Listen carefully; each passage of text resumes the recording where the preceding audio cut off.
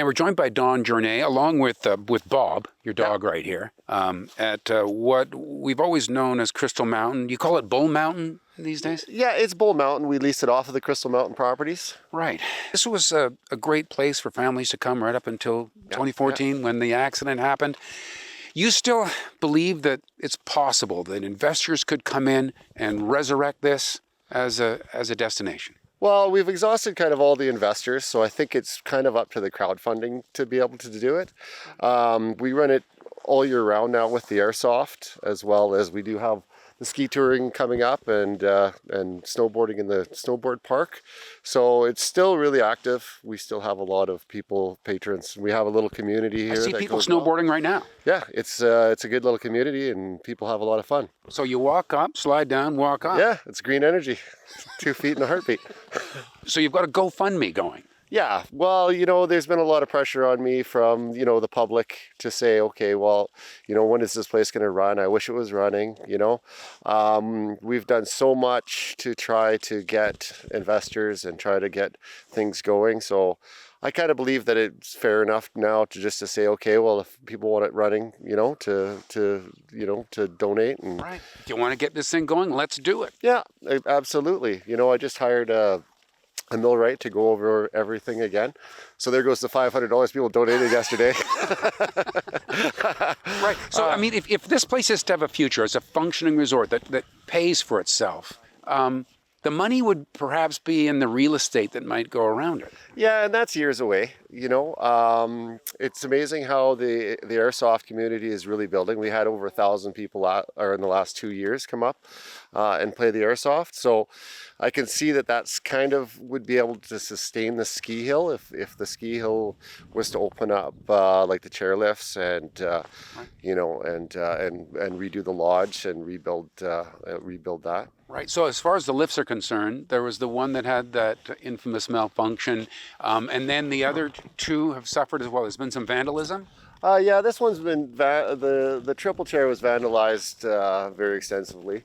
And the T-bar, not so much, but it's really antiquated, right? So it really needs to have, you know, I don't even know if you can still find parts for it as much. Or if the towers, even if the equipment was largely replaced, are the towers any good, do you know? You know, everything has to be, you know, NDT'd, you know, non-destructive tested, and everything has to be gone over and over again, and you know, start from there, from scratch and look at it all again. The GoFundMe kind of has a bit, it sort of feels a bit like a Hail Mary. It is, you know, it is kind of, you know.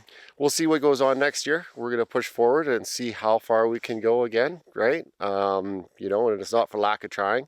Yeah. A lot of people here love it the way it is, you know, like, and well, I mean, that's what I see. You know, we see the way ski resorts have evolved into being a very upscale experience. You know, in its later years, the attractive thing about this place is that it was old school and simple and very family friendly. That's true, you know, and we still are. We still have the ski, you know, school groups come up. A lot of people come up with their kids and, you know, walk up and teach their kids how to ski. And, you know, and we have tobogganing and we have, you know, the people bring, you know, we had school groups and kids come up and, you know, go up into the bush snowshoeing and having a great time.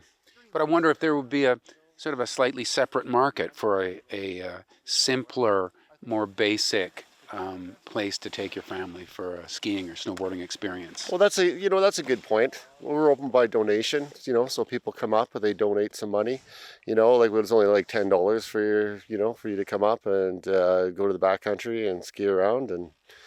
Right. So you say you got about $500 when you started the first day when you did the GoFundMe? The last couple of days, yeah. So I'm just trying to figure out $500 a day to get to 10 million. That's a few days. It's quite a challenge, of course. Yeah, you know, but it's always good to keep the public's interest in it.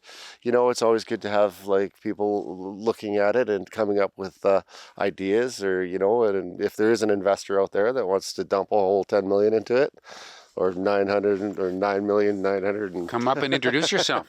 Absolutely. Terrific. Yeah. Well, thanks for this. Really appreciate it. And I really hope something can come together and give this place a future. You know, we're just kind of hovering along as it is. It's just, you know, it's a good little place to come out. Right. Like if I wanted to teach someone how to snowboard or maybe relearn myself, not a bad place to come. Yeah, absolutely. Nobody's looking at you. Terrific. Thanks again. And thank you for watching Kelowna Now. We don't just report the news. We live here too. We're your neighbors, bringing you stories that matter to all of us. No government funding, no outside influence. Kelowna Now, local, independent. News you can trust.